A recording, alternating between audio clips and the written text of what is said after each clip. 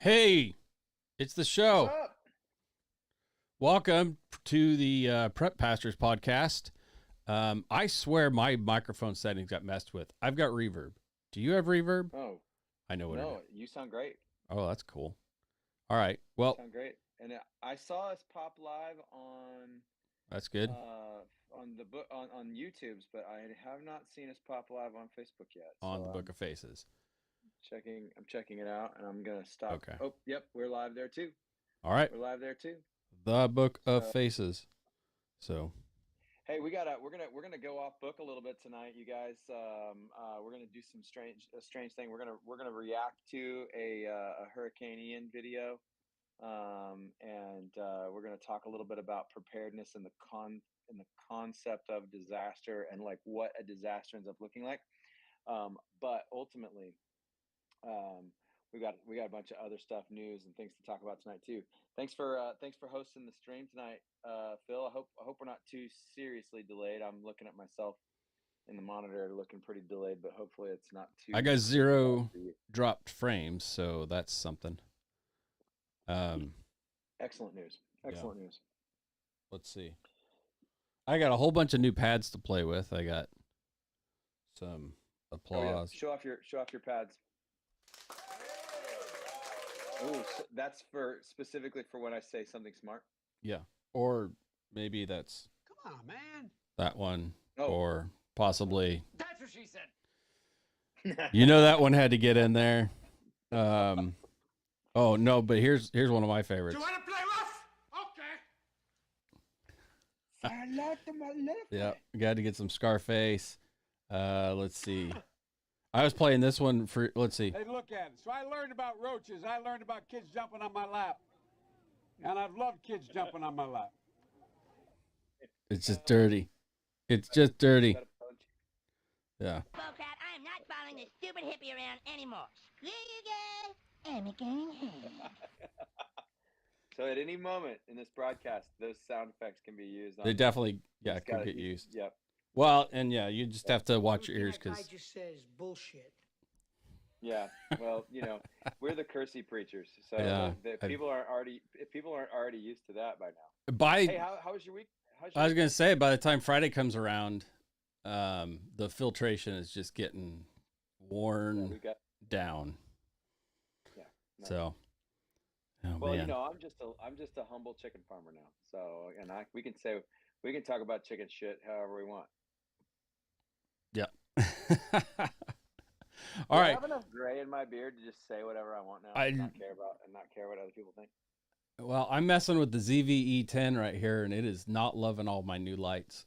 So No, it's not. Your lighting is freaking out, but that's okay. People really just need to hear what we have to say tonight. Oh, okay. So We have a reaction video to a video. I haven't watched the whole thing. I've watched about 2 minutes or so to get it oh, you haven't even gotten to the good set part up. yet. So I think it's about 15 minutes long, and it'll probably take us a good 25 minutes to get through it. So we probably should jump right in, and then if there's any time left, we can do some other stuff from there. But so yeah, pop in if you're watching the live stream, which I can't tell. I'm not in that window to see if anybody's watching yet. If you can't hear something or see something or we screw something up because we're a little out of our norm tonight, then let me know. Yeah. So That's okay. all right. Let's pop into the video. So this is. Why don't you go ahead? Do you have all the details on who this is? You follow this guy. I don't. Yeah, I do. I like this guy a lot. He's a Jesus guy. He's very, very forward about his faith. He is super, super cool dude. So this channel is called Deer Meat for Dinner. Started as a hunting fishing channel a few years ago.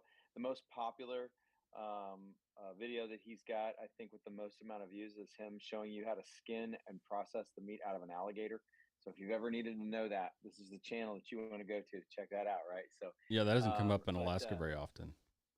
yeah, no, they don't. But although there have been 4 random alligators that have showed up in Michigan parks in the last like year. So I read that earlier this All right, week. Floridians, quit stealing the alligators and and taking them to places like Michigan. yeah, it's not. I think that falls under internal homeland domestic terrorism when you scare the poop out of the liberals in Michigan by trying to introduce the crocodile to Lake Michigan. Yeah. Although if the goal is to like slowly take over Canada that way, I do support that. Okay. Yeah, we're just send them north. We're sending alligators into the Niagara Falls to take over Canada. I'm down with that. Okay. Weaponized alligators into Niagara Falls to overthrow Canada. I feel That's like I've gonna be seen the headline that for next week's show. Yeah, freaking lasers. So, okay. So it's free with freaking lasers. Oh man, I can't believe I don't have that on a pad. That's Everything that guy just says for bullshit. next week. It was just Get freaking nothing. lasers. you get nothing. But anyway, so Robert Arrington, that's who you're looking at here on the screen. Deer meat for dinner.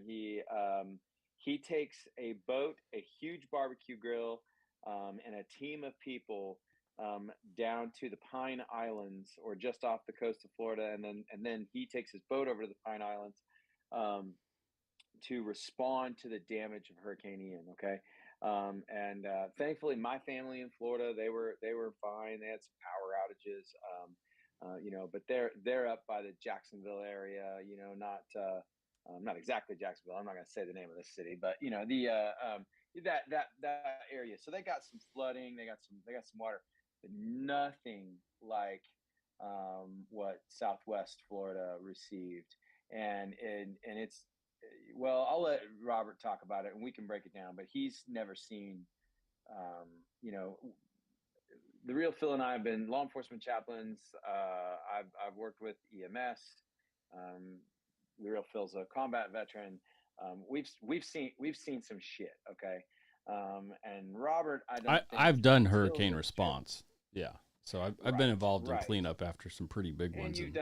And you've done combat search and rescue and those kinds of things. And so you've seen some stuff. And yeah. And I think this was Robert's this is his eye-opening triggering event. Well, yeah, and I want to tell you that the way he responds, does he put his timbre of his voice, if you go back and watch any other video besides this one, okay, he doesn't get like quiet and whispery normally. He doesn't get like somber and down. He is normally like up and at it and super positive and pumped. And he's going to tell you in just a little while that this video cuts his guts out. What he experienced on this thing, he's like, I can't unsee this. I can't show you the majority of the stuff that happened. That's what I was going to wonder. Do we need a disclaimer? No, there's no bodies or? No, he does a great job. We don't really see anything too graphic. Okay. But you're going to hear about some graphic stuff. So I guess if you got kiddos watching, you might want to just know that that's coming. So I don't think kids watch our show. We're going to break it up. We're going to talk about stuff. There's some things that we need to react to that you need to think about. You need to use this video as eyes to see into the heart of a disaster. Okay. So I want you to think about what stuff happens where you live. Do you live in Tornado Alley? Do you live in earthquake zone? Do you live in, whatever else, right? So this just happens to be a hurricane, but understand that a hard winter storm, this is what Texas looked like a few years ago when they had that big giant ice storm. Big freeze, yeah. People were dying in their homes, freezing to death. Okay. Okay. So check this out. We'll break this up, talk about it along the way. All right, let's get started. Here we go. So we're right here at the back of the Shell station in Indiantown, Florida. Left my house in Jupiter, heading west. We're on our way to Pine Island, or near Pine Island. One of the big things people need right now are rides off of the island. So we've got the boat, it's full of gas. We've got about 50 extra gallons of fuel, thousands of pounds of ice.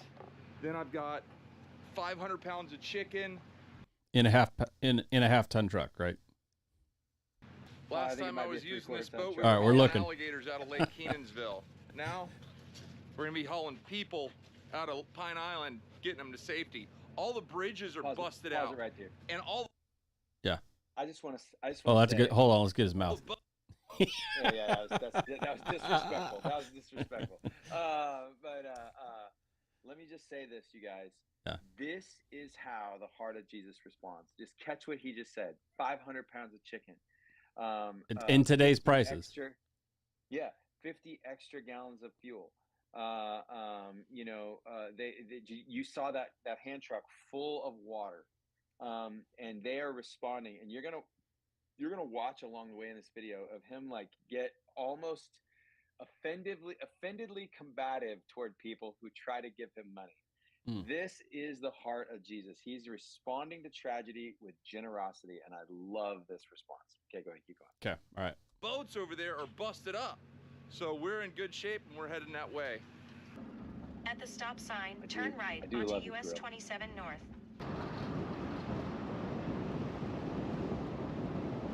Down power lines. Yep, down power lines everywhere. Power lines laying. Look at these boys pedaling generators. Yeah. Pause it right here. Yeah, pedaling. Pedaling. You heard Robert say pedaling generators. Yeah. They rented U-Haul trucks. Yep. Bought a bunch of generators and went south. And I mean, I get it. They're meeting a need, but they're not. And you know what? We should stop. We don't know, and neither does he yet, that they aren't selling them for cost, right? Okay. I think when you use the word peddling, he probably saw a price sign or something along those lines. He's not giving them away. They're not giving them away. Let me just say this: if you're going to take the time, effort to move down, you're going to mark that up $100 to cover the cost of the trip. That's a reasonable markup for a tragedy, whatever. If you need, cost. If you don't have the surplus money to go and give these things away or give them away at cost, like, I totally understand. Yeah. But what happens in these hurricane zones, and understand that I've got family all over Florida, and I'm from Florida. Which is why we all jump to this conclusion, right? Right. What happens in these hurricane zones is these people show up and they're selling $300, $400 generators for $1,000 a pop. Yeah. Okay, or $1,500 a pop. So understand that in the middle of a tragedy, inflation goes through the ceiling. Okay, supply and demand goes through the ceiling. This is why it is so critically important that you own a generator now before tragedy strikes, so that you don't fall victim to one of these kind of people. Yeah. Whether these might be great people, like Phil was saying. But we don't know for sure, but we've all seen it not be true. 99%. Let's just assume they're the 99% of the people who go down to Florida to sell stuff during hurricanes. Yeah. There's literally like 1,000 cars right there trying to get gas. I've never seen anything like that. I have. It's hard to show you guys what life will be like during a tragedy. Very quickly. That is what it looks like at every gas station. And do you think that everybody in that line is going to get fuel? Do you think that that's how much fuel is in the ground, folks? Phil's shaking his head. He knows that ain't how this works. Yep. Looking at like that Lowe's over there, there's like 1,000 people in line trying to get in. Right. This is a grocery store, if you can't tell. All right, I'm about to go fire up the grill and just start cooking. Immediately. God bless you, man. Hey, brother. Yeah. I'll tell you what, he is good. Amen to that. And I thank you, man. I'm Robert. My name's Martlow. Nice to meet you, brother. Yeah, I'm 4 days camping out in my car, Really? I got off in Mount Lachey. Sleeping in his car for 4 days. 4 days. Where my house is, about 1:30 in the morning. You thirsty or anything? No, I'm doing okay for now. Okay. Maybe save that for somebody more needy. I got my boat. My crew's coming. They're bringing boat, cases and cases of water. I got 500 pounds of chicken here. I'm just gonna start cooking, man. I was just gonna ask. Yeah. We cut the very front of the video off just because he was like a minute. Talking. Yeah. But one of the things that we missed at the beginning is he already sent one of his boats down with his friend. So his friend has his little skiff, and his boat has already been put to work rescuing people, taking people off the island. And now he brought his nicer boat down. He's got an even bigger boat that you would never want to run around in the level of debris. This guy's a big YouTuber, so he's doing really good. Yeah, I noticed he's like a 3 or 4 million followers. Which, oh, yeah. if you're watching us and you're not subscribed to him, please, do the thing. Subscribe. Go find him out. 100%. It's what's the name of his channel again? I think I have it somewhere. Deer Meat for Dinner. Deer Meat for Dinner. If you pop that in, it comes up right away because he's a pretty big deal apparently. Ask you, when's that gonna be ready? As fast as I can get it done, brother.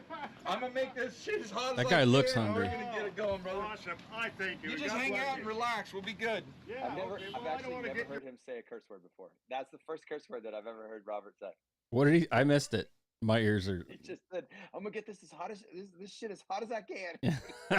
your way here. You're in my way. Well, and if you know anybody who barbecues, like that's not how we roll usually, right? No.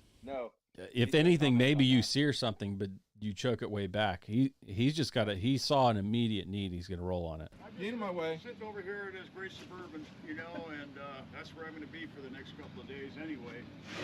I'm assuming you're setting up to start. I love how people just are totally not aware of the camera How many hours do you think? because it's a less than flattering view. I'll be ready to. People be ready to eat in an hour. Are those Spanx? He's like we're gonna be eating food in an hour. It'll be good too, and it's gonna be free. No sooner than I get set up, people are already asking me about food. Yeah. I'm making my fire a lot hotter and a lot faster than I typically would, just because time is of the essence.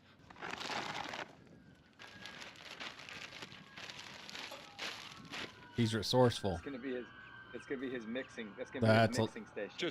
That's a lot of dudes rolling. That's a lot of EMS. Ambulances, first responders, people is coming and going as fast as they can. I'm Well, hey, now, did you see that Trans Am though? really blown away. Yeah. As everyone's coming up. I mean, some people have just been thirsty. I'm not filming all this, but people are thirsty, hungry, need anything. Everything's closed, so I'm doing whatever I can as fast as I can. I only have a little bit of seasoning right now. The boys have the rest of it, so I'm just doing what I can right now. A lot of people are hungry, so we're gonna go ahead and just get some cooked fast here. That's the third time we've heard arrived. sirens. So you can see those are medevacs. Those are medevac flights and share flights, taking people on and off, bringing in bodies, sick people, hurt people. It's just as fast as you can go. Thank you guys so much. You're welcome. Man, I'm hungry. It's killing me. You gotta try to get that everyone drink. All the ice you need, Sweet get it. cactus dust. may have to come back a little later for one more. All right, everybody knows that was just a deleted 6.7 liter. Guess who's next? You get a Look foil. at this. Look at this. Look at this. People just lining up and then just give me something. Please. Looks good. I'm gonna say this right now. Pause this. Pause it right there. This guy, this Team USA shirt. Yeah. This guy right here. Yeah. You know, Is he one of- sold those shirts. Robert sold those shirts as a fundraiser a couple of years ago to help get him into a fishing tournament overseas. And so the front of that shirt has a thumbs up sign, and it says, it's the Teddy Roosevelt quote where all men must die, not all men will truly live. You know, and I'm just gonna tell you right now, like if you see guys like this on the internet, buy one of their t-shirts. Like these guys are worth like spending your money with them. And, Yeah. and I'm proud that Tripp and I both own those shirts. And to this day, that's one of Tripp's favorite shirts. He still wears it. I bought it for him like 2 sizes too big, so it would last a good long time. Like I love that I've contributed to this channel because this is the way he spends his money. That he just drops everything. Boom, 50 gallons of gas. Boom, 50 cases of water. Boom, 50 pounds of 200 pounds of chicken. 500 pounds of chicken. Anyway, keep going. I know a lot of people that live like within 1,000 miles that just went kind of like this, but in different ways. And obviously, I don't know anyone that had the means at this level, but I know a lot of people that are just like, hey, I know how to find bodies. I'm going. This is you're gonna meet a dude here in just a second. Yeah. You're gonna meet a dude on this video who he literally he doesn't have a boat. He doesn't have any resources. He's like, I just want to help. I'm looking for a boat that I can help on. And you'll see how Robert reacts. See, and all right, we'll throw our disclaimer now. That's not necessarily a good idea, right? So Yeah, anybody no, but who's it FEMA works out trained well. or crisis trained or has been in a real disaster area, Yeah. people just showing up can be a real problem. So Yeah. it's a tough line, right? It's This tough. guy's not hurting anybody and he's not creating a hazard. So far I really love this. So Right. do what you can do. Don't just start He's been going on- into, on a he's not lot in of the mission disaster trips. area, right? No. He's He not will be- past he any will be lines. Oh, will he? All right, let's watch. Thank you. Hey, No problem. Hey, guys. Listen, we really appreciate you all. Thank you so very much for coming out. Medevac I again. wish I could give everybody 5 pounds. Is this, hey, you hungry, buddy? Yeah, here you go. Always got time for a little bit of Always got time for What's a little that? bit of chicken. What's that? So you've always got time for a little bit of kindness, just a little bit of chicken. There's always time for that. I got time for some chicken. I'm hungry.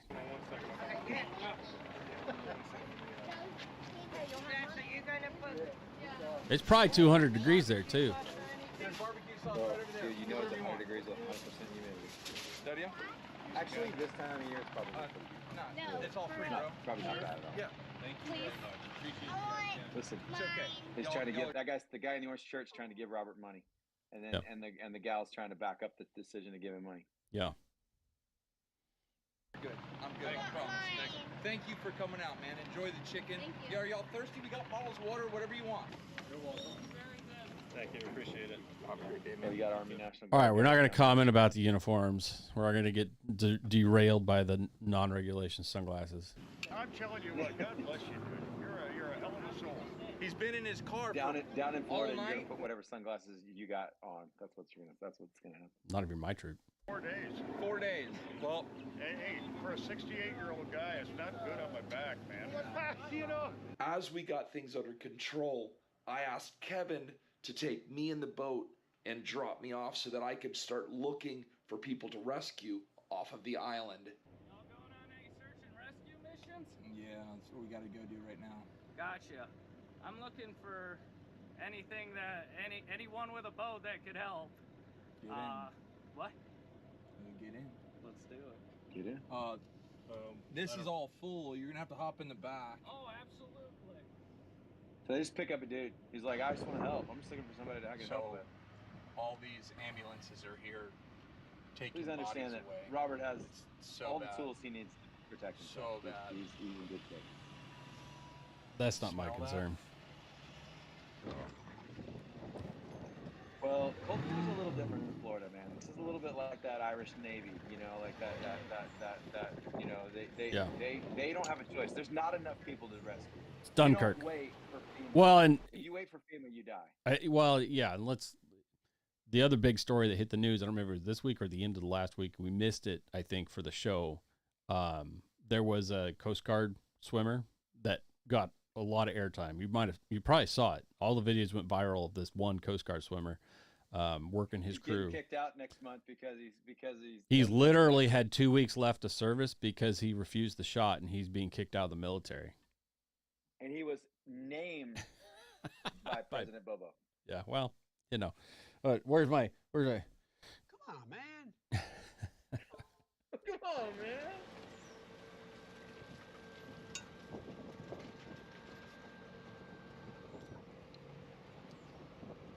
So where are we heading? I don't know yet. Okay. Need me to look at maps? You got, nice Simrad.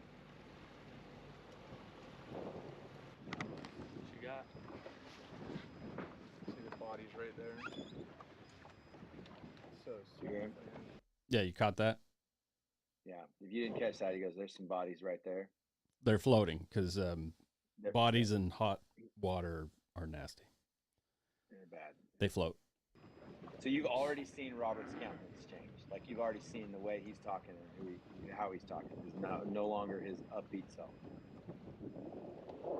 So bad, bro. This ain't no joke. No. So as we left the boat ramp, the things we saw will be etched into my mind for the rest of my life. Things that I would never ever consider putting on video. Things that I wished I never saw and it never happened. But as we got out into the bay and I started seeing the destruction I thought we have to get somewhere to help somebody, and we were running out of time. We'd been cooking all morning, it's late in the afternoon, and we could either go south or north. North was farther away, and it was going to be a rougher run, but I thought, hopefully there's someone we can find. So we headed all the way down to the far northwest side of Pine Island. So, are you able to describe where Pine Island is for people?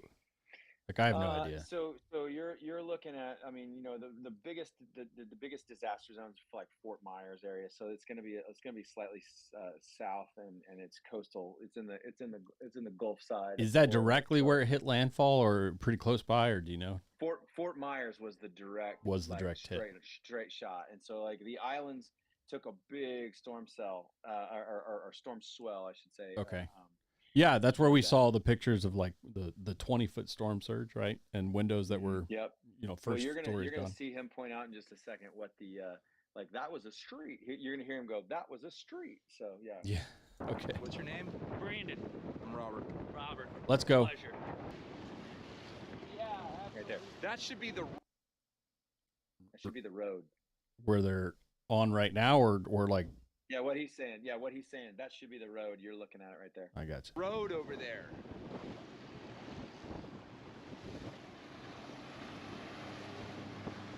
That jet ski is loaded. Yeah, that the weight rating on that jet ski was a little maxed. Yeah, that one's a little better. I'll give you some money, bud. I don't want any money. What's your name? Gary. Mr. Gary. Gary. Nice I'm Robert. You. You guys, Pleasure listen. to meet you. Nice meeting both of you guys. You guys are awesome. Don't worry. I'm telling you what. Well, it blew out the bottom part of the garage over there, and after it done that, it turned around, blew both those garage doors down, and everything. Wow. You know. And that was really bad. It turned around. It must have been 150 to 170 mile an hour winds. Do we know what they clocked at? I mean, above 100 is the category 5, right? Yeah, they were over 100. Yeah, he's not exaggerating by much. You see the roof peeled off of this mobile home next year? Yeah, it's a mobile home though. It's still standing upright. I mean, come on. Some of them, yeah. I mean, yeah, but those, yeah, you can see the power lines are down there, and And after as it's coming in, I could see across the canal over there because it's right there facing that, and the water was going down about 3-4 feet over there. When the back end came, it pushed that water in an hour. Man, I'll tell you what, that wind was blowing 90 to 150 mile an hour to the tail end of it. Wow. I mean, it was crazy. Okay, the so tail end this is one. usually supposed to be lacking. Oh, is It's it? supposed to be less, and they took full storm force for both the front and the back of the hurricane. Yeah. This is what I would like to do. Why don't we do this? Can I just leave? I have more gas here. I'm gonna leave all that gas. I will leave all the gas with you. I've got like 10 or 20 cases of water. I want to leave it all with you, just with the belief that if somebody needs it, or if you can help anybody, I want you to help them. Okay? I will. You know, that ain't no problem. You know, I'll help them whichever. I'd like to get your number too, because I'd like, whenever things get good, I'll come take you fishing. Well, thank you. Well, you want some more gas? All right, you guys, let's see who else we can keep. This was literally an island oasis 2 days ago. Okay, what's your name, bro? Todd. Todd? Yes, sir. And you rode the storm out? Yes, sir. Wow. Was it crazy? Yeah, craziest storm I've ever seen. Been through quite a few here growing up, but it was like nothing I've ever seen. We got to pause every once in a while just because, so. we don't want to get copyright struck. We had a shootout yesterday at the Circle Which? K. Pause. Did you hear him? Did No. you hear what he said? No, go ahead. Back it up just a little bit. No, I'll try. If you can. No, you don't have to. I'll just tell you what he said. But it was like nothing I've ever seen. We had a shootout yesterday at the Circle K. No We had way. a shootout yesterday at the Circle K. Shootout. So, Yeah. Listen, and he's gonna say, you know, for food or water or something in just a sec. You know, what I mean, so that those are going to be epicenters of disaster. Okay, so that's that. When we talk about every week, we preach about like, You don't want to be in the FEMA line. You don't want to be in the grocery store line when shit goes sideways. Like, this is what we're talking about. You don't want to be going to Circle K trying to get the last loaf of bread or the last gallon of milk or the last case of water, because that is where the criminal element, that is where the emotions are going to be so heightened. And maybe it's not even a criminal element. Maybe it's just a desperate parent that didn't prepare, trying to get the last loaf of bread or gallon of milk for their babies, and they're willing to do everything. You know, they say we're 7 meals from chaos. Is that the rule? Something you know, like that. and so, you know, you don't want to be standing in that line on that day, okay? Because whoever was in that shootout just ends up in another stack of bodies, and I can almost guarantee you that will never be a solved crime. They will never know who did that. No, nobody's even going to look. They won't even look. Hold on, I got to refresh your image here. Make sure that we stay on there. Yeah.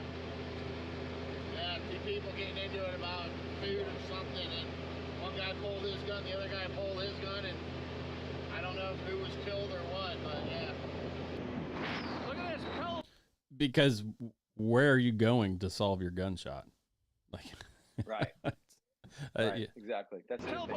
You don't want to be trying to find a hospital right now. No. Nice. At least the lines are off the road, because that whole road could be taken out. Randy? Yep, this is my wife, Hi, Amy. Amy. Hi. We'll help you with whatever we can help you with. I just want to get off the island. Hell yeah. Hell yeah. Thanks, guys.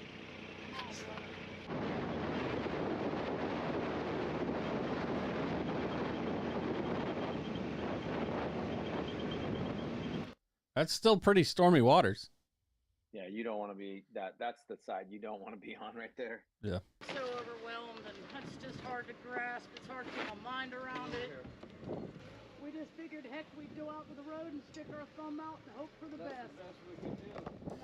Yeah, that's the wrong kind of bugging out. That's the wrong, yeah. Hold on.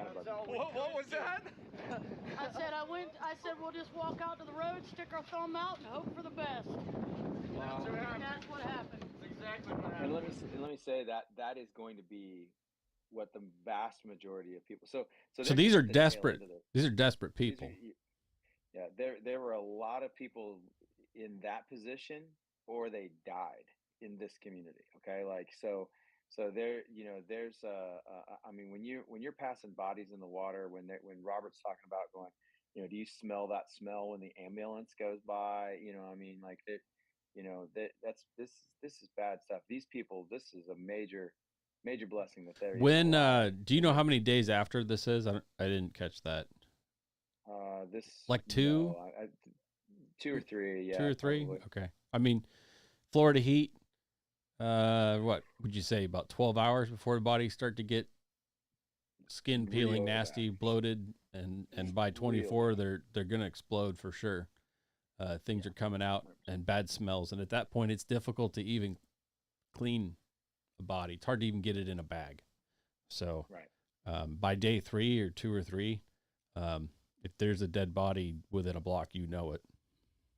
And if you're doing something like this, and the one thing that Robert probably didn't have that he should have had is a Vicks. little crock of Vicks vapor rub that you put on your upper lip. You slather the inside of your nose. You do search and rescue. Well, this is not search and rescue. This is search and recovery more often than not.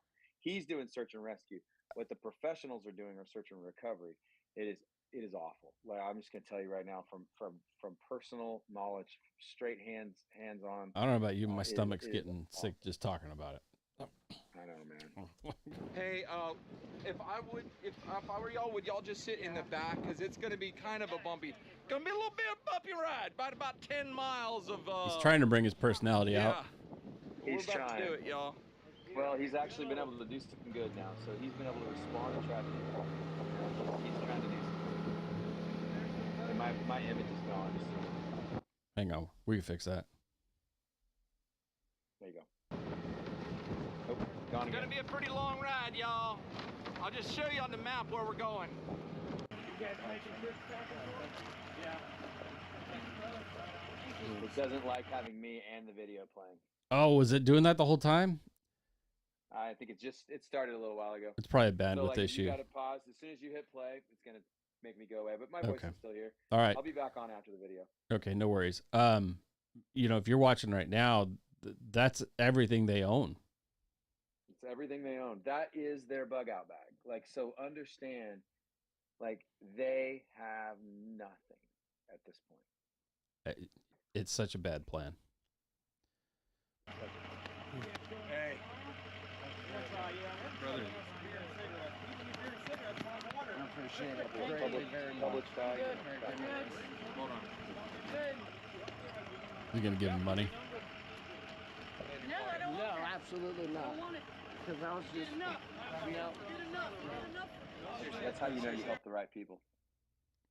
Yeah, I didn't even look at what it was. Just all of it.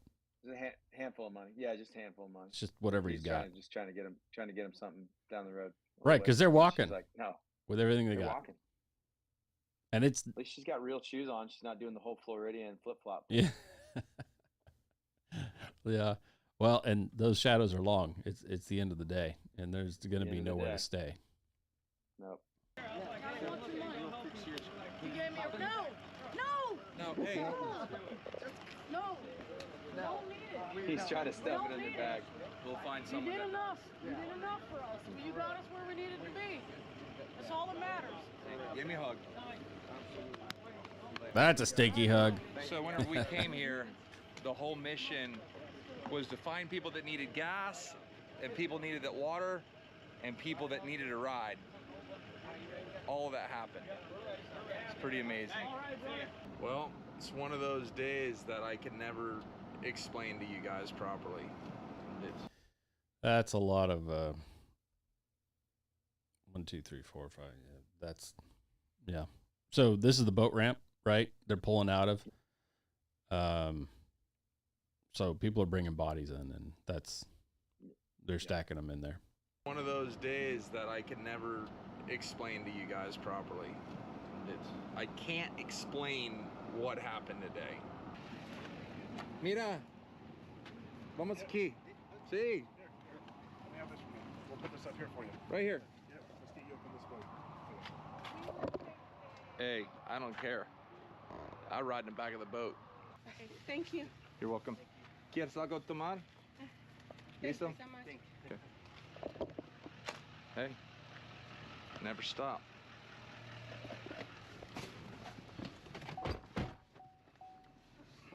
What about that? It's never too. Didn't see The that back coming. seat's all full of stuff, you guys. Like, it's not that they weren't welcome. He said earlier that the back seat. He made Brandon ride in the back of the truck, earlier too. So I don't think he's like not letting them in his truck. And they're not going fast. This isn't dangerous. There's a Nobody Jackery freak out. We don't back need any Karen Nazis here. No. There's a Jackery back there. He's got power bank. I see it. Somebody. Right? And they're going to the Publix. Literally walking down the road, going to where we're going right now. You know, I really struggled whether I even wanted to make a video of this at all. That's why there's very little footage. I just got little pieces here and there. But I want to give a huge shout out to my crew, Kevin and Sebastian. Thank you guys so much for coming and helping. I'd like to thank all the first responders. It was amazing seeing everybody at work. And I would like to send out my most heartfelt condolences and prayers for all of you who lost loved ones and lost your home and lost everything. Folks, Hurricane Ian was an absolute devastating hurricane. And it taught me something. It taught me that life is precious, life is short, and to live every day to your absolute best. I appreciate you guys being a part of my channel and a part of my life. Take care. God bless. And we're gone. Hey, what's up, Happy? All right. Yeah. Let me switch back So- scenes here, but yeah, good. Get us back to there. You go. So, honestly, well, you can see why I'm a fan of this dude. Like this guy is, he's just a rad human being, a rad Jesus follower, and you'll notice that none of that video was preachy. He wasn't like, I'll give you a bottle of water if you let me share the gospel with you. He wasn't, Those guys are I'll feed you tools. chicken. I'll feed you some chicken as long as you sit down for this church service. Right. It's called bait and switch bullshit. It's ridiculous. That is it's not how you absolutely. Yeah. You don't really reach people that way, and anybody who thinks they do, you're delusional. No, Jesus would just heal people as he was walking through a crowd, and make a big deal about it, and try to get people not to make a big deal about it. Yeah, generally the message came after, the message came later down the road. People were like, I don't know where to find him. I was blind, now I can see. I don't know, nothing else, and so I just love that Robert went, and no strings attached, no pomp and circumstance. And I'm just, and really barely even filmed the video. If you go watch any of his other videos, I mean, his stuff is so produced, and he's got such wonderful B-roll, and he's got really, the B-roll is just those artistic shots that we try to run into a deal. But listen, you guys, we need to be more like this in the kingdom of God. Like this is what we're called to be. But more importantly, I want to just dissect this scenario and go, okay, so how do you respond to a natural disaster? When and if you should leave a natural disaster? And then do you have what it takes? Like let's say you're like Phil and I. Okay, let's say you're like we're like, we ain't leaving. Like we ain't going. We ain't leaving. Do you have the tools and resources to ride stuff like that out? And I mean, if you never know. I mean, you could say, well, I don't live somewhere where a storm surge is going to happen. I don't live right. You've looked at your threats, your risks, your whatever, your threat assessment, and you think this can't happen, but what about an earthquake or a BLM strike or fire? Your neighbor, your neighbor does something stupid and lights the neighborhood on fire. You need to not have all your stuff in one space. You need to have a core group of stuff. We always joke about don't bug out, bug in, right? Yeah. Okay, until your neighbor lights your house on fire and you are bugging out, and now what are you grabbing? Do you have anything? This is why you need months of food, not days of food. Okay. Yeah. Like there is no reason that you need to be in the line at Publix trying to get groceries. There's no reason you need to be in a shootout at Circle K trying to get groceries. There's no reason for you to stand in line to try to get fuel. Where I came from, where I grew up in the Midwest, so I'm from Florida, but I grew up in Missouri, and the ice storms, we get really big ice storms here. Okay. And so you would just watch people lose their minds just from bread and milk, got to get to the store and buy bread and milk. Right. I mean, I'm thinking there's got to be better things to buy than bread and milk. Bread and milk both spoil. Right.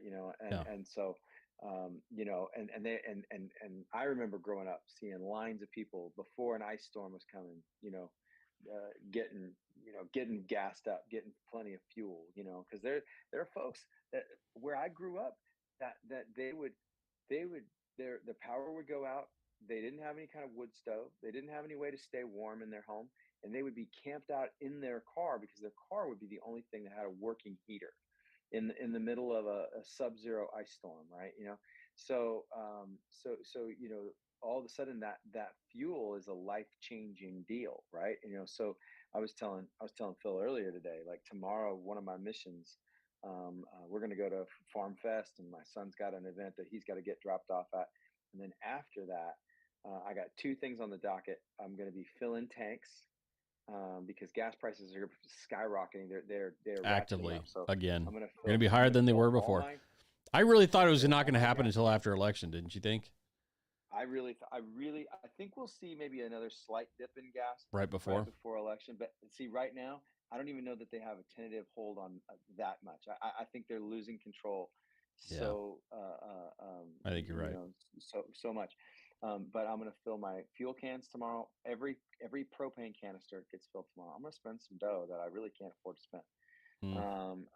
But we're going to, I bought a 100-pound propane tank the other day, because we're still living in the fifth wheel. And so we're going to fill. We've got a couple of 20 pounds and some 10-pound propane tanks. We're going to fill them all. Propane doesn't go bad, y'all. Propane doesn't go bad. No. So we got and we've got generators that can convert over to propane pretty easily. We've got but you know, we got a frost warning tonight.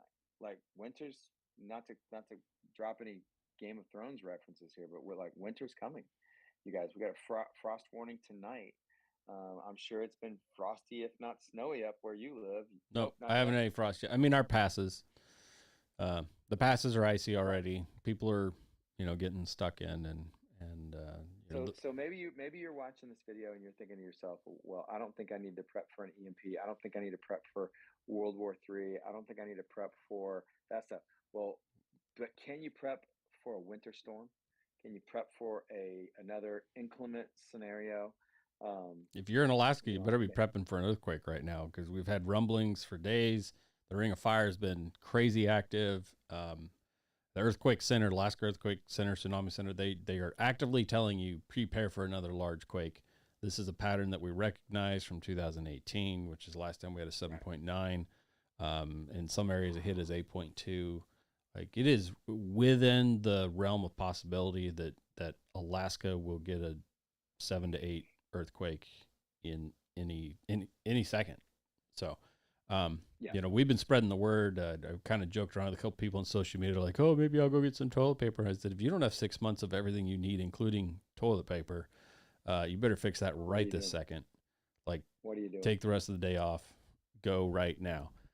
And I don't know. So today just kind of hit the natural top things off. We're not low on anything, but I still have to, you know, winterize a few things and whatever. And so I was running around and I ended up buying, I don't know, somewhere around 100 gallons of diesel. And I got another vehicle that I need to go top off, and that's going to be another 40 gallons to top it.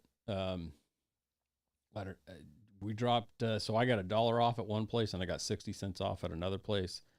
And I still dropped $300. And I haven't even done the gas. That was just diesel today. Tomorrow's gas.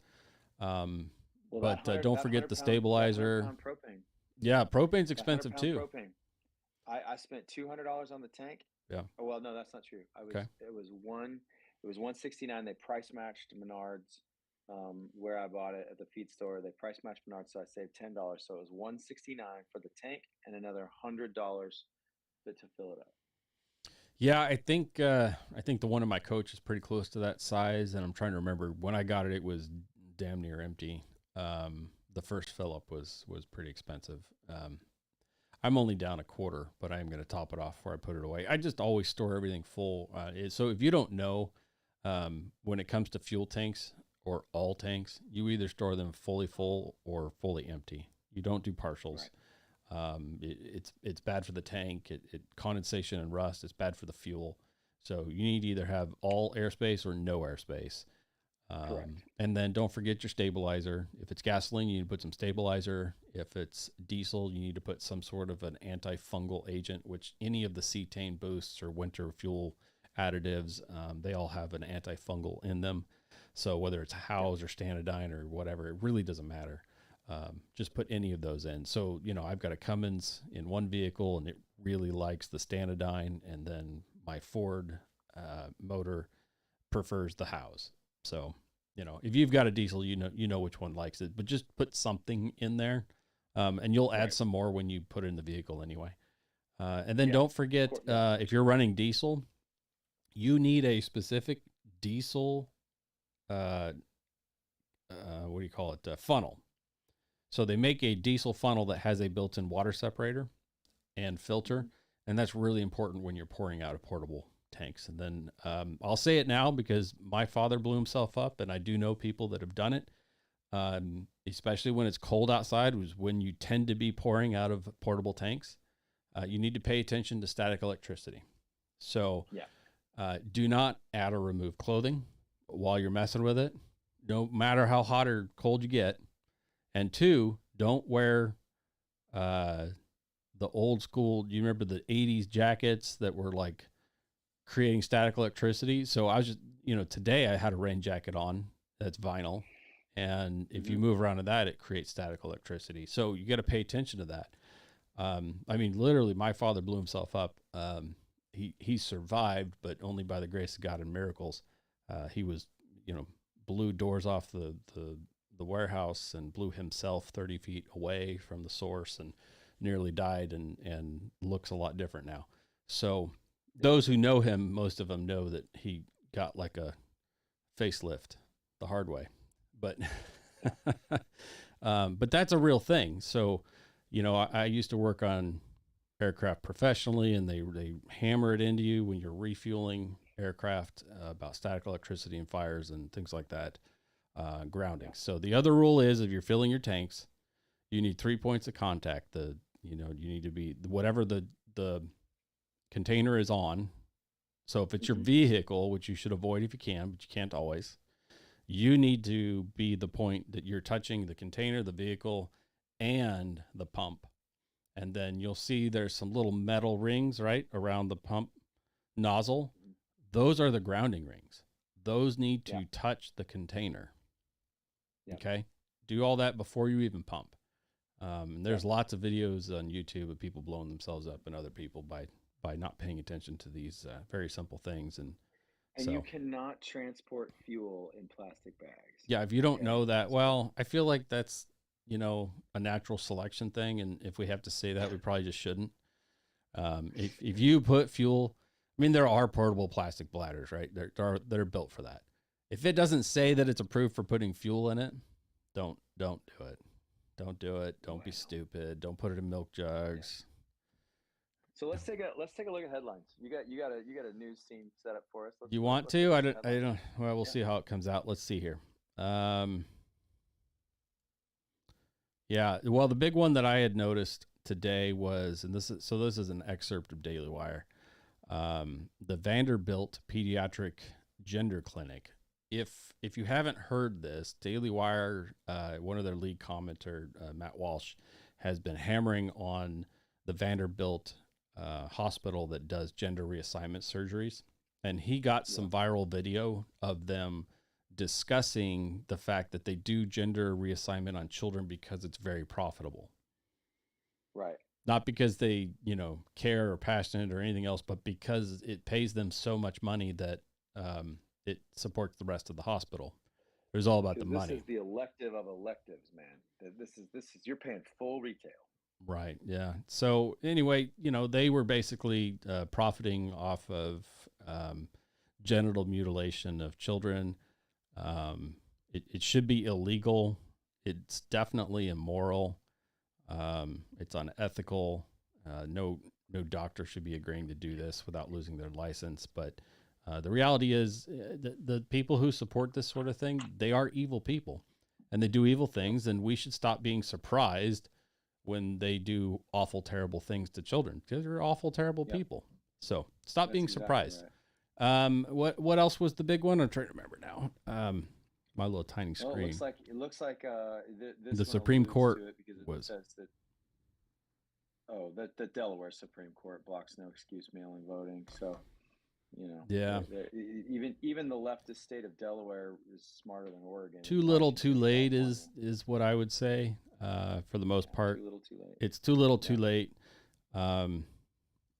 And then what was the other one? I don't care whether Elon buys Twitter or not. I'm probably never going to go on Twitter. I will not be making a Twitter account. Yeah, I don't care. I have one. I don't think I've turned it on or logged into it in years. So yeah, no, I don't have it. But PayPal's changed their policies again. And so if you use PayPal, which I have business accounts, I try not to use it. I don't always get a choice. Sure. I make people pay heavily if they do. But anyway, PayPal has passed this new, the story says here, the headline, they will pull up to $2,500 from your account if you are found in your social score to promote misinformation, right? So a lot of us got accused of that in the last election because, we said there was election fraud. We said January 6th was not what they made it out to be, which it wasn't. And for that information, a lot of us were suspended in social media. There was some fallout. There was threats from law enforcement and, you know, district attorneys calling people, threatening people. And big tech like PayPal, PayPal is now just put it into their policy that they can take your money to penalize you, because it's not your money. I don't know if you understand this. People don't seem to. Just like anything you put on Facebook no longer belongs to you. Right. If you hold money with a bank like PayPal, it doesn't. They're not a bank. No. It's not your money. You got to transfer that stuff immediately. Stop using PayPal. Stop using them.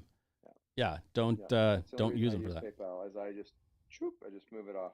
So there are other companies. There's Stripe out there that does pretty much the same thing. You got to be careful with them. It's not like they're a conservative company. American Express. Same with Venmo. Well, Venmo, you know, you should not be using that. Venmo is owned by PayPal.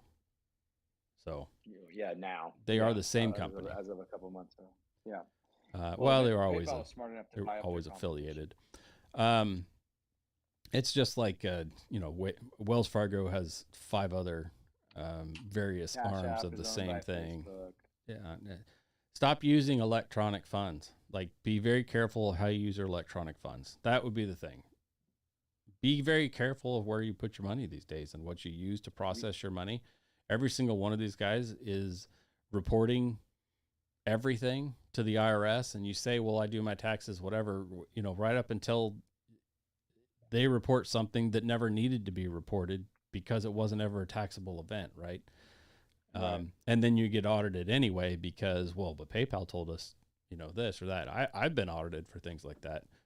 Chase Bank's a pretty big one on that. They like to just report everything and then force the audit on everyone.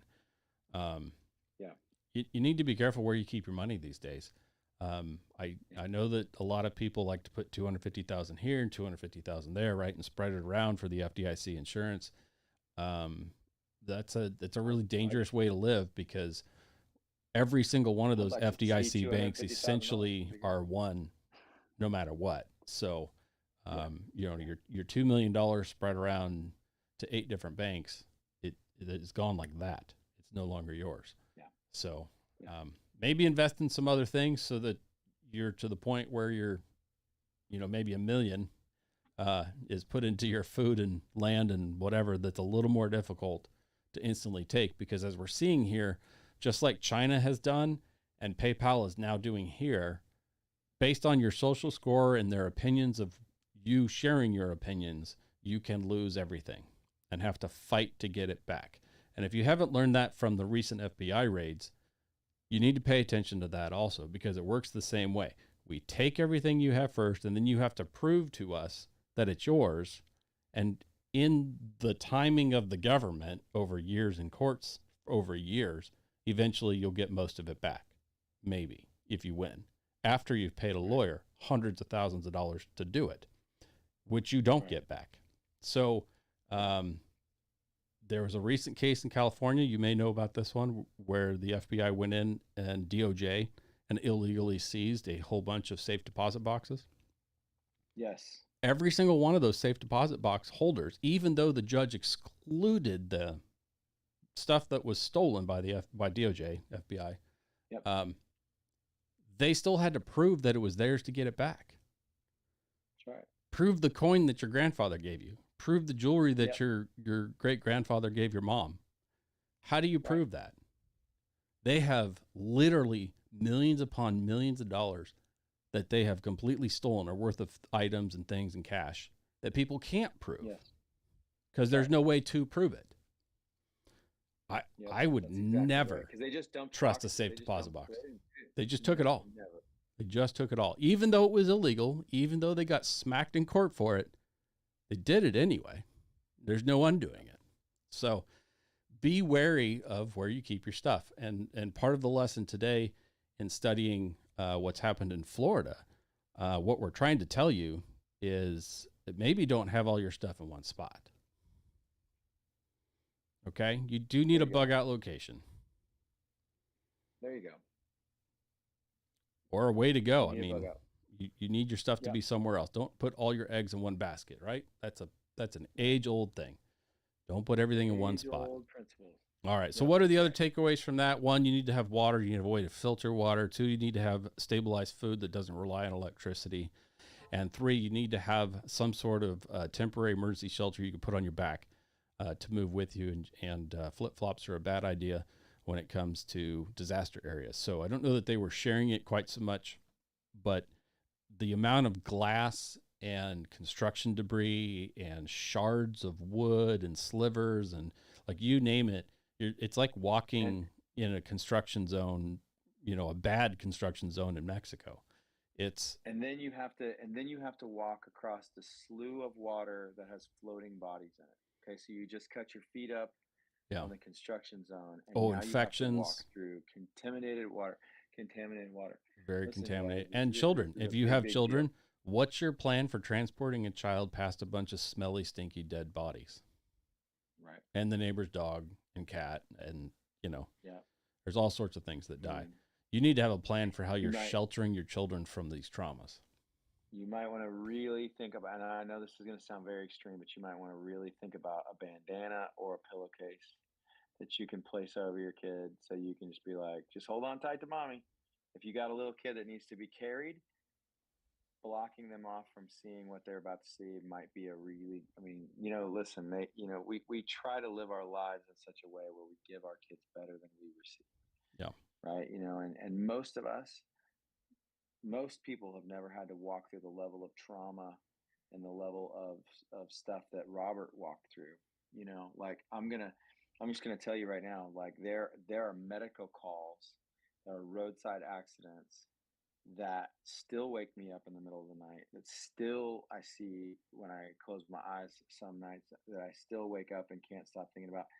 That is PTS, that is post-traumatic stress, and I mean, like, I hope somebody who loves Robert is going to step up next to him and be like, dude, you got to process, you got to talk about this stuff, you got to walk through this. That's a good point. If you do inadvertently or for whatever reason end up being exposed to some things like these that are going to end up being powerful experiences that you're going to look back on and think about later, we do have some, at this point, proven methods and ways and things. And it's not like you have to go seek out a psychologist. I actually would tell you not to do that. Not unless they are specifically trained in this. So both you and I have a lot of fairly extensive first responder crisis intervention training that have been specifically trained. And I don't know about you, but I've done at least 100 briefings.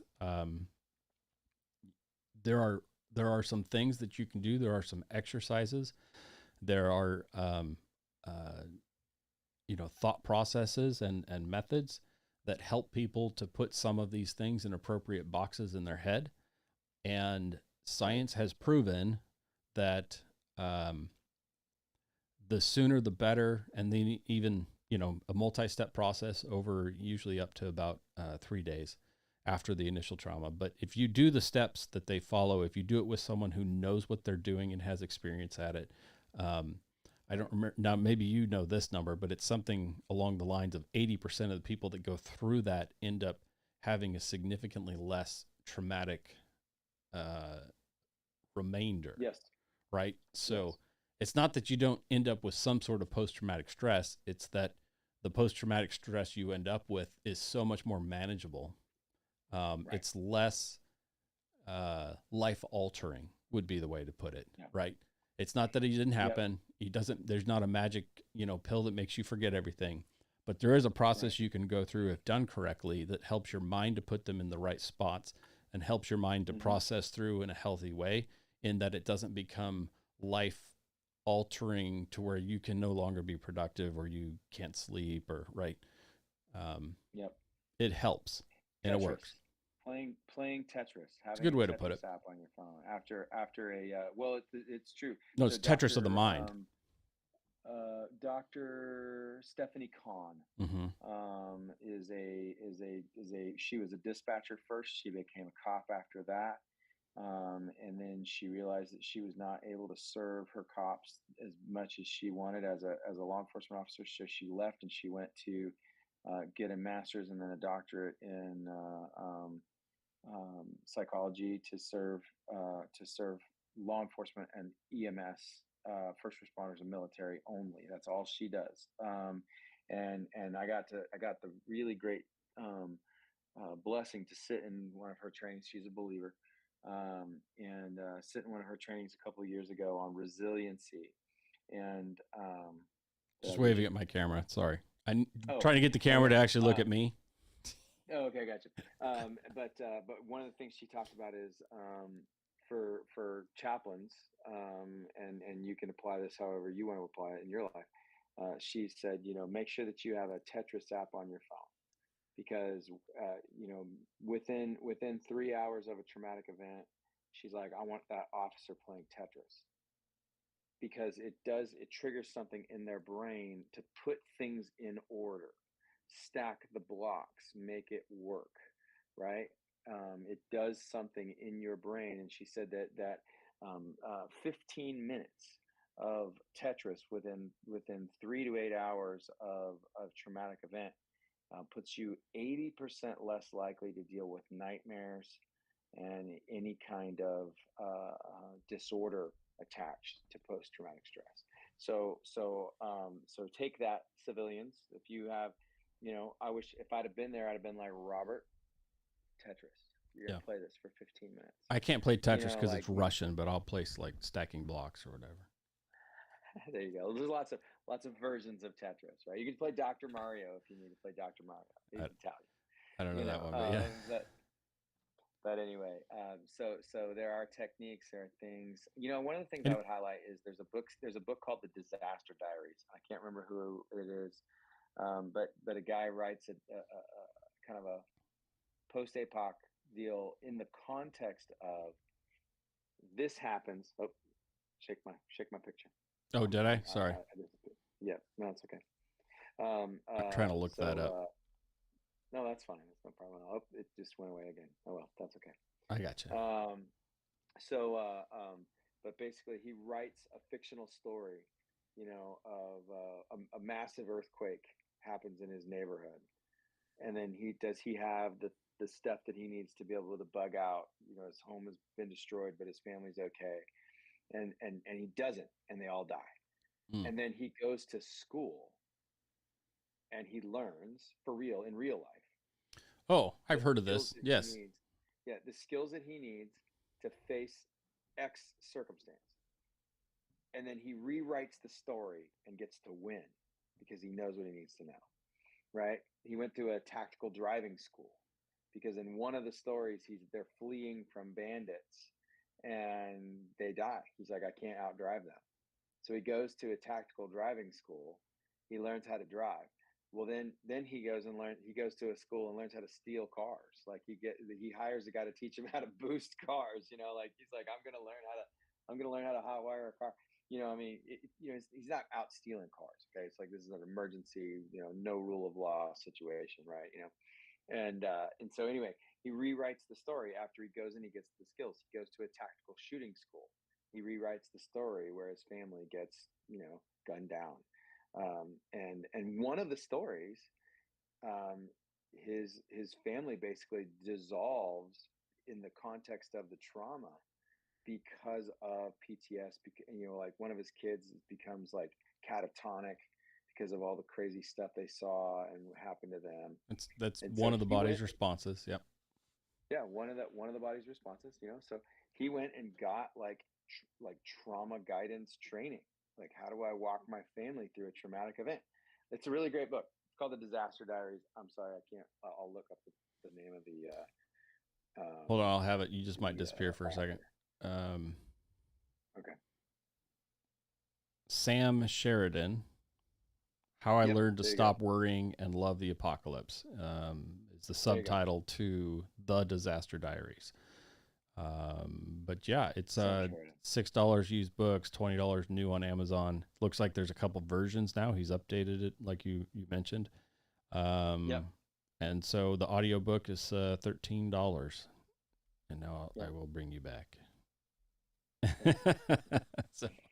Sorry, guys, we're still trying to figure out all the tech stuff. So yeah, we can only have so many windows open on a laptop. to be able. Evidently, Phil's only allowed to own one computer, so he's only allowed to. He's Yeah, not my allowed to studio have, only has one $3,000 computer. So So anyway, you I guys, apologize that I only have one $3,000 computer and the A10 Mini. No, actually, and hopefully as of next week, I also have another Sony Alpha 3. So, there you go. One other thing I want to touch base on. We didn't get there in the headlines, but please understand we are closer to some kind of nuclear event than we've ever been in the course of most of our lifetime of our lives. You know, I mean, you know, and if you were alive in the 60s, you possibly were closer, but we're giving it a run for its money.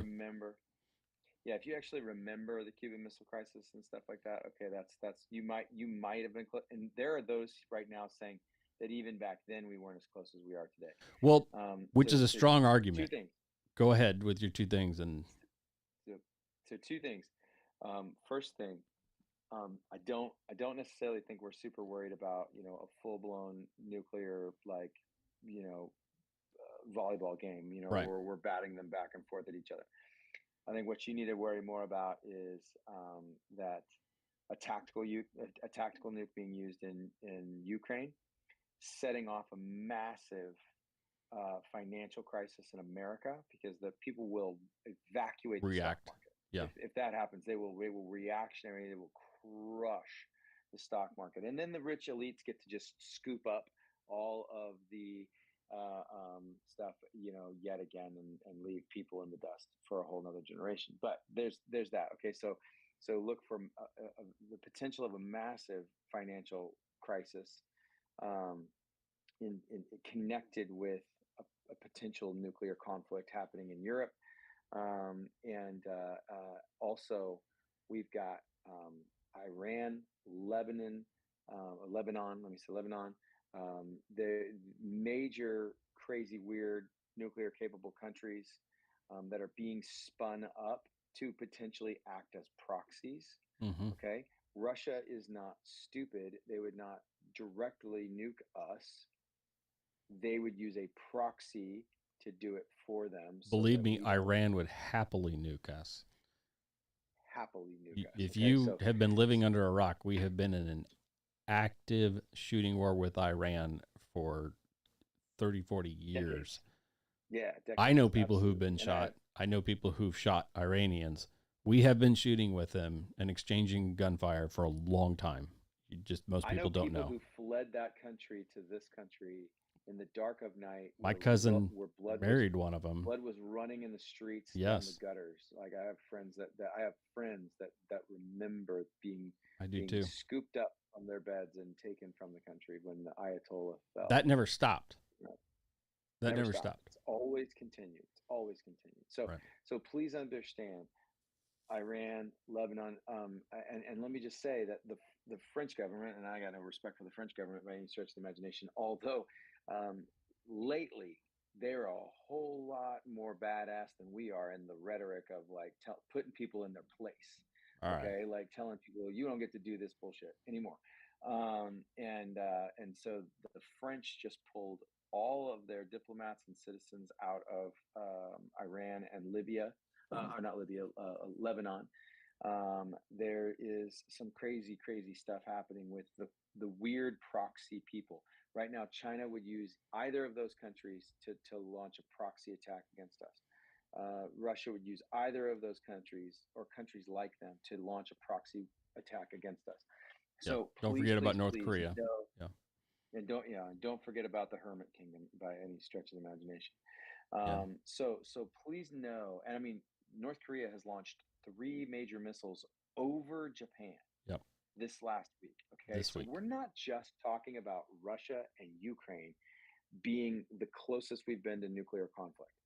There's like Japan is actively telling North Korea, we're about to turn you into a parking lot, knock this shit off. You know, and so that's a very the powder keg is getting full, the wick is getting short.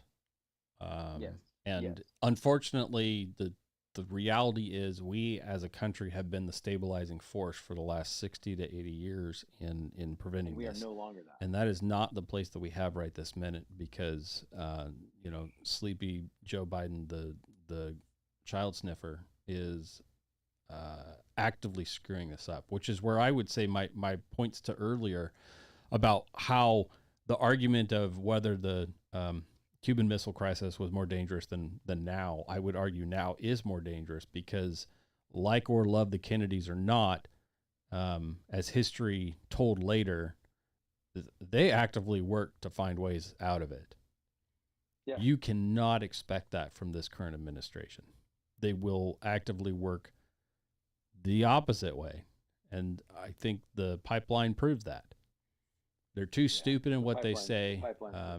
You know, I don't want to get into the pipeline too much. That's been beat to death for a week. The big point there is just we have a president who's really, really stupid in what he says. And he has surrounded him with evil, stupid people. And they make bad decisions that really affect the rest of us.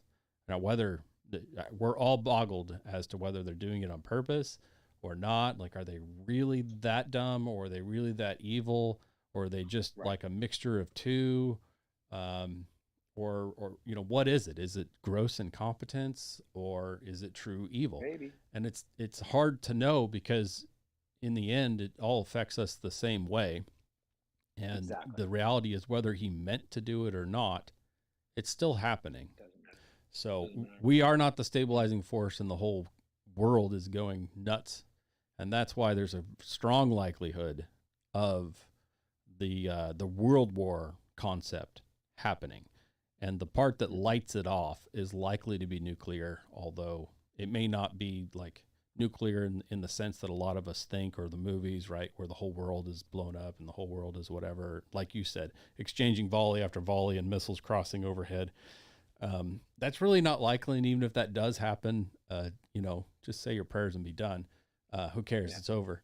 But what's more likely is these small little communities, right? These small towns or strategic towns getting Hiroshima'd, and then everyone reacting to that.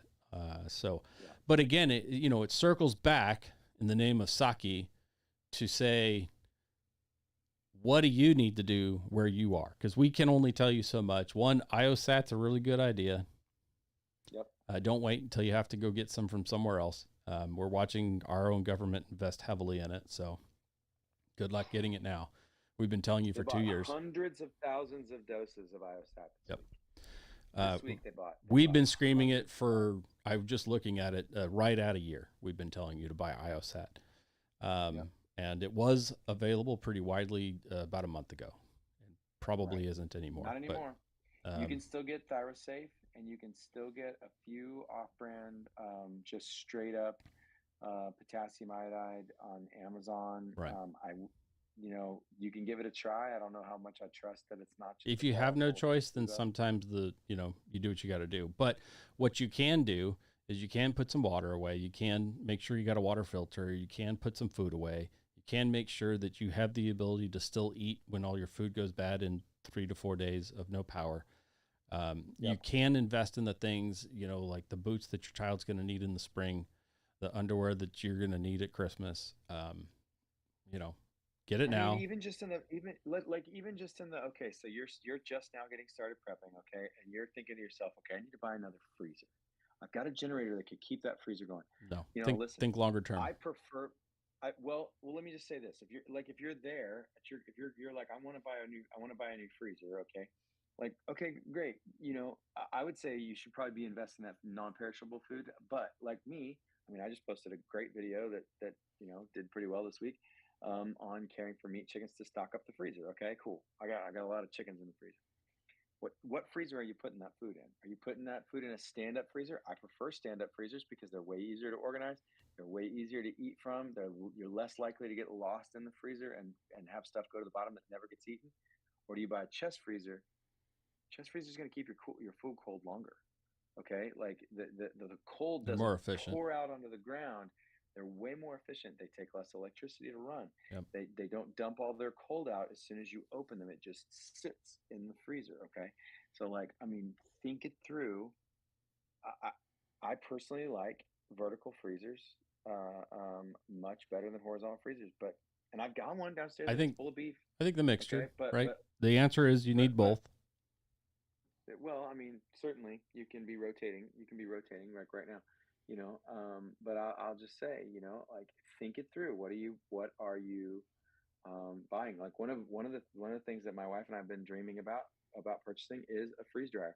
Except I'm hearing that the only company that exists that makes a consumer or a prosumer freeze dryer, okay, they've been cranking them out so fast that their quality control has tanked, the customer service has gone in the toilet because they know they're the only company. Doesn't matter anymore. And how many of those parts had to come from China, and they haven't been able to get them in 2 years, and they're making do with whatever they can get. That's a recurring theme. Listen to anybody who's bought a vehicle made in 2021 or 2022. Like they're all falling apart. They're all junk. If I can, I'll buy one by this time next year. But I'm just gonna say that there are other preps that I can do. I can buy a lot of freeze dried food. I can buy a lot of peak for the $3,500 that I would buy to buy a freeze dryer. And I would love to have a freeze dryer because I think there's ways for me to put it to work. Personal chefing. What's important is to think about what are you not going to be able to do. If you still have a grandparent that was alive, if you still have or know someone you can talk to who was alive in the 40s, and not a little kid, but an adult, right? Ask them what were the things that were hard to get, because when we roll up as a globe to start killing each other, there's certain commodities that get really hard to find, or just non-existent, or immediately go to rations. Countries don't import export at the same level or rates when we're all getting ready to kill each other. And so if there's anything that you need or use on a regular basis that doesn't come from here, and I would argue come from your region. So you live in one place, I live in another place. If I need something that's made in Florida, ask anybody what it's like to get something that comes out of Florida right now. The Rumble servers went down. The Rumble servers are based out of Florida and Puerto Rico, right? There's some real problems when a natural disaster happens. Well, when the whole globe is doing the natural disaster thing because we're all killing each other, you need to already have your stuff. So you need to think about those things, right? Personal protection, I put very high. If you don't own a firearm, you should. As soon as you do own one, you need to know how to use it so it's not used against you. There's some baby steps, but you can knock them out in about a week. I can take someone who's never shot before generally and equip them with the right tool to do so, and train them how to not get killed with it, but actually be effective, usually pretty quickly. But it's getting harder to find those things. Okay? Right. It's getting harder to get them. And believe me, the gun stores are not open in a natural disaster because that FFL has already, pulled everything out of the store with his buddies, So, it's not just guns. It's not just food. It's water. It's blankets. It's toilet paper. Like you name it. What are we looking at there? Harvest Guard, reusable canning lid. You know what? Ball. You know me. I don't like anything but Ball made in USA, and they're hard to find. But lately, I've been getting alerts to Ball wide mouth lids. I bought a couple years worth because it's been about 2-3 years since I've been able to get them. Right. So I guess I'll find out when they show up, but they claim that they're made in the USA Ball lids. So but anyway, I've been doing a lot of sprouting. I've been doing a lot of fermenting. I've got my sourdough kicked back up again, right? Even though I have a bunch of bread yeast put away, I'd prefer not to use it if I don't have to. And the good stuff that comes out of sourdough is better than the dried yeast coming out of a bottle. Because it's going to be hard to get bread. Right. And I don't know if you've priced it lately, but I can't get a loaf of bread for less than $5 or $6. And then it tastes like cardboard. So yeah, getting good stuff. Sprouts are a great way to have fresh greens in a northern climate. I'm on an active sprout schedule. So are you. I suck at mung beans. I still haven't done them in a way that I like, but my blend of regular sprouts, we eat them constantly. So I just have a constant rotation going. It costs next to nothing. I was trying to add it up the other day, and we're in the less than $1 a week into our sprouts. So talking about sprouting, so this is the big sprouting setup. So these are 16 by 32 inch wide sterilite containers, and I'm sprouting. That's about. What's the seed? It's an oat or wheat? Barley. Okay. Barley. Yeah. So that is becoming my animal food right now. The pigs have been exclusively eating that. Well, I shouldn't say exclusively. What do you do with the water? They also get. Does it? I mix up the chicken feed. So we do a wet fermented chicken feed. Sorry, I'm not hitting that in the zone there. There you go. We do a wet chicken feed that's been fermented for 3 days for our chickens, and Can you get a mash out of that for beer? Yeah. Oh, we might be able to get a mash out of that for beer. There's a possibility. Definitely worth a try anyway. Yeah, they like that stuff. Very well Those I see it pretty good. The piglets love that. They look like they're getting big. They do.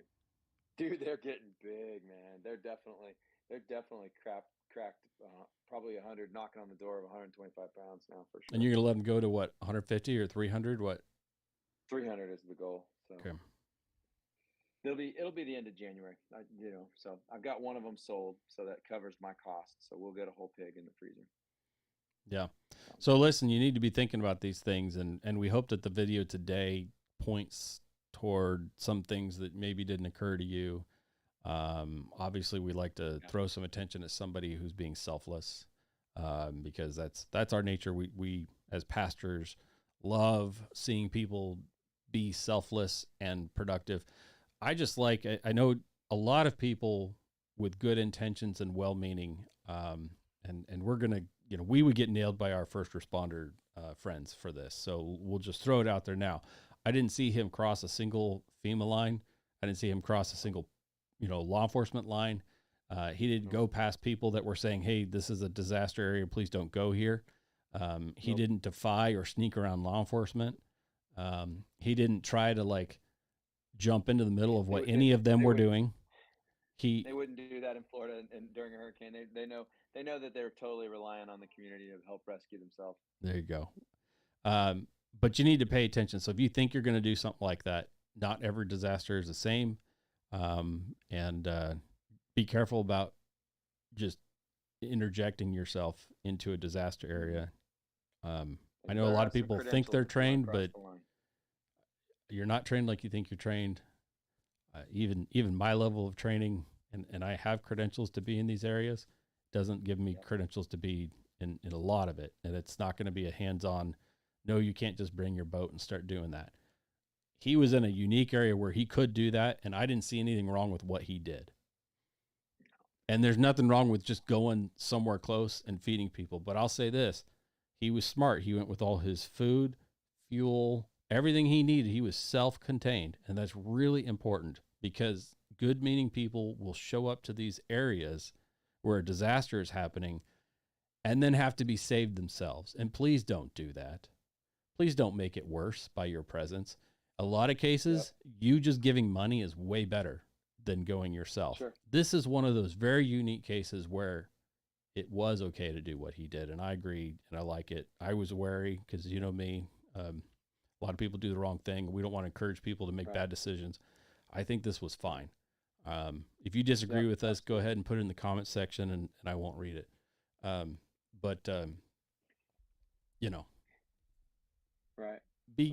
Just be aware that, and if you're seeing this and saying, I want to do that, there are so many ways to get some free or low cost training so that you can actually be helpful.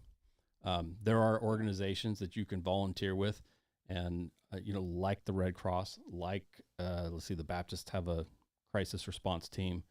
A lot of churches have crisis response team, but there's a lot of just local crisis response teams that are not religious and not affiliated. You know who's doing a great job right now? And in fact, I talked to one of their volunteer truck drivers. Who's that? They use retired volunteer truck drivers, and they go on missions. Convoy of Hope. Convoy of Hope does a spectacular job of disaster relief. They are really, really good. They're based out of Springfield, Missouri, so they're not terribly far from us. Okay. Samaritan's Purse in most places does a good job. Yeah, they do a good job. The one thing I do love about Convoy is that it's church based. It's it's Jesus focused, like Samaritan's Purse.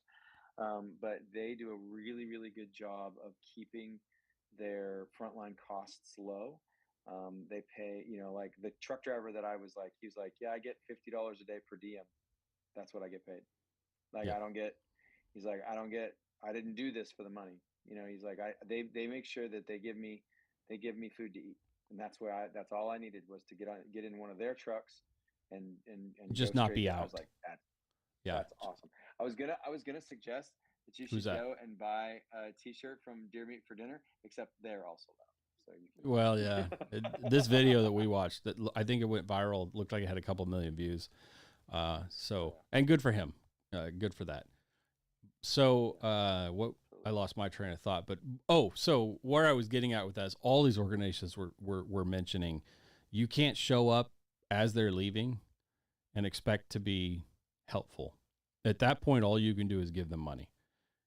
If you would, even just a month or two ahead of time, take 1 or 2 free classes or figure out what you need to do to plug in, then you can actually be helpful. So what we're saying is think ahead, just like you prepare ahead.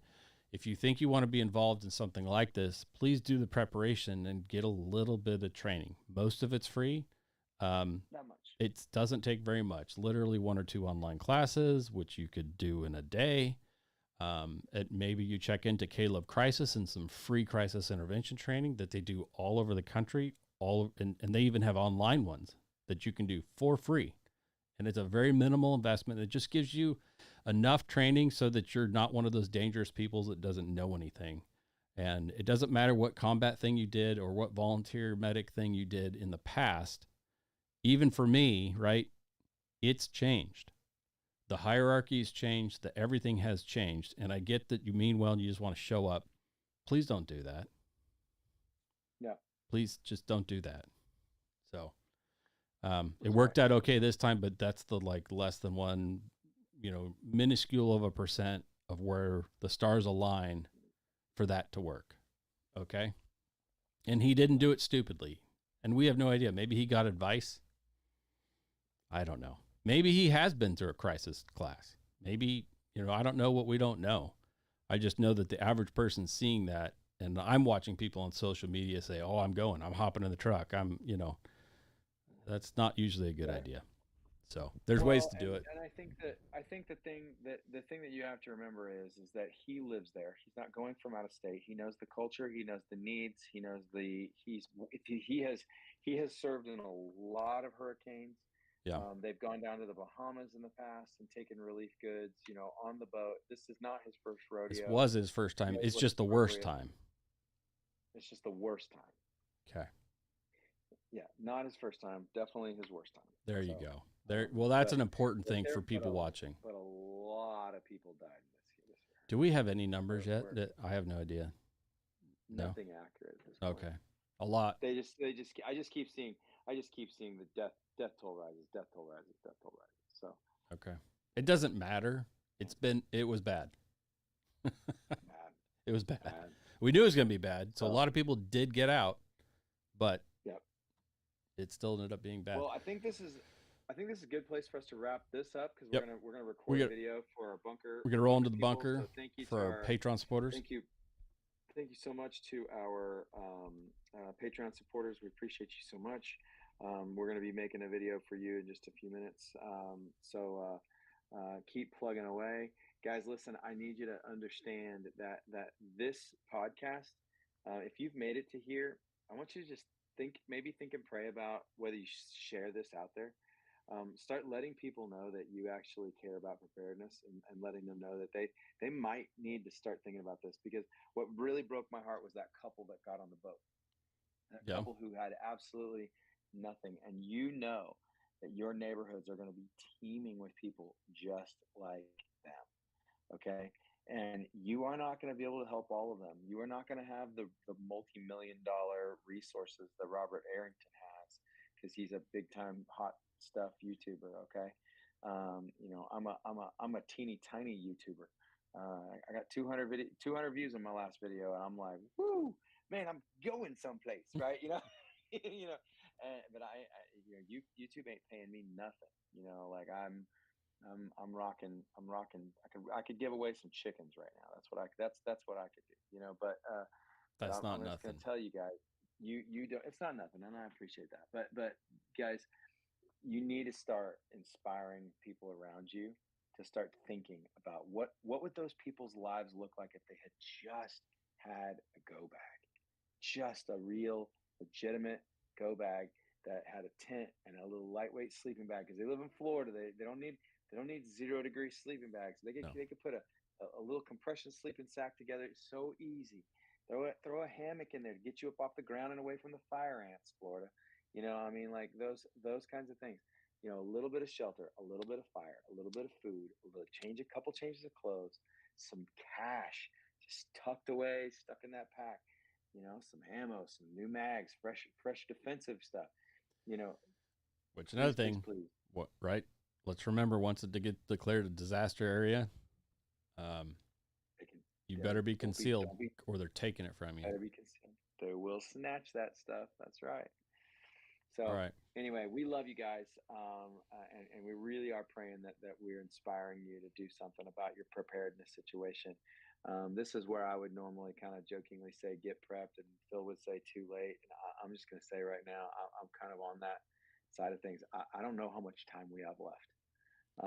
And I want to say this, like, well, for some things it's too late, but it's not too late to do something.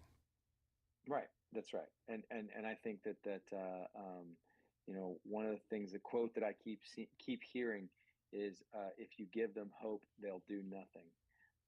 And I'm just going to tell you right now, if you're not willing to take the time to get some preparedness underneath your belt right now, you're not going to make it.